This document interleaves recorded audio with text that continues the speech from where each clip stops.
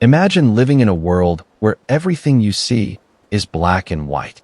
No blue skies, no green forests, no red blood, just shadows and light. Now imagine this.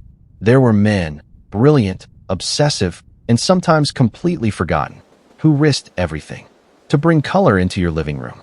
But what if I told you? This wasn't just an invention story. It was a race, a quiet war, a battle of egos, nations, and ideas, where some pioneers became legends, and others were erased from history. The man who saw color first, 1928. In 1928, inside a dim, cluttered laboratory in London, a man stood in front of a strange machine. His name was, and what he was about to do, would change the future forever. Baird wasn't like other inventors. He wasn't backed by powerful corporations. He wasn't rich, and many people thought he was wasting his time. But that day, he flipped a switch, and for the first time in human history, color moved across a screen. Twist. But here's the problem. It barely worked. The image was unstable. The colors were faint. The machine? Loud, fragile, and completely impractical. It used spinning discs, mirrors, and colored filters. It looked less like the future, and more like something built in a scrapyard.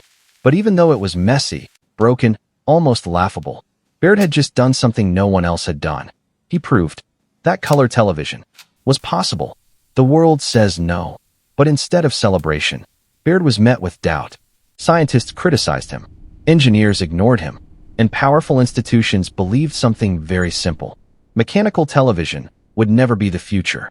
And they were right. The new era begins, electronic revolution. While Baird was spinning discs, two other men were quietly building something far more powerful. Something invisible. Something electronic. Philo Farnsworth didn't grow up in a lab. He grew up on a farm. But one day, while looking at rows of crops, he had an idea. What if images could be broken into lines and transmitted electronically? That idea became the first fully electronic television system. Impact. No spinning parts. No fragile discs. Just pure signal. Clean. Powerful. Scalable. At the same time, another man was working inside a powerful company. His name was Vladimir Zworykin.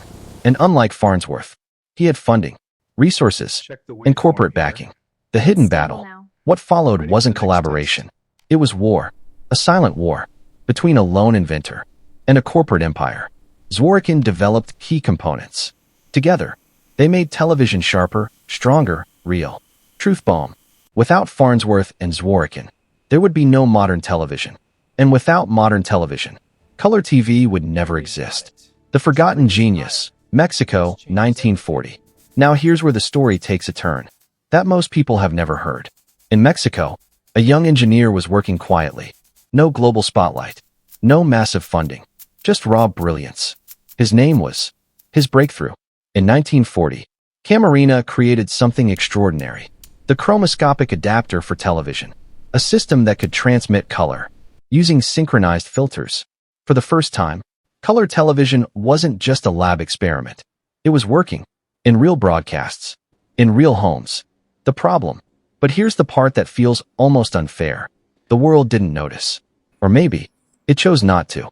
The final race, 1950s. By the 1950s, television was everywhere, but it was still black and white.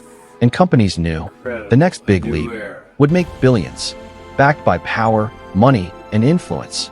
Made their move. The genius strategy. Instead of starting from scratch, they solved one critical problem.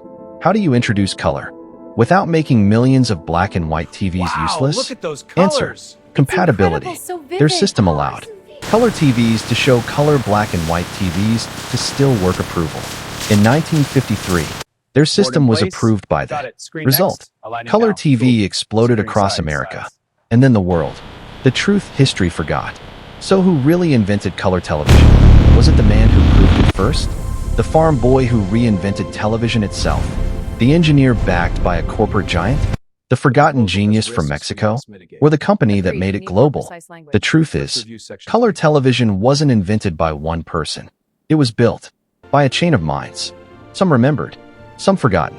And every time you turn on your screen today, you're not just watching color, you're watching history. And that is the story of how the world became colorful.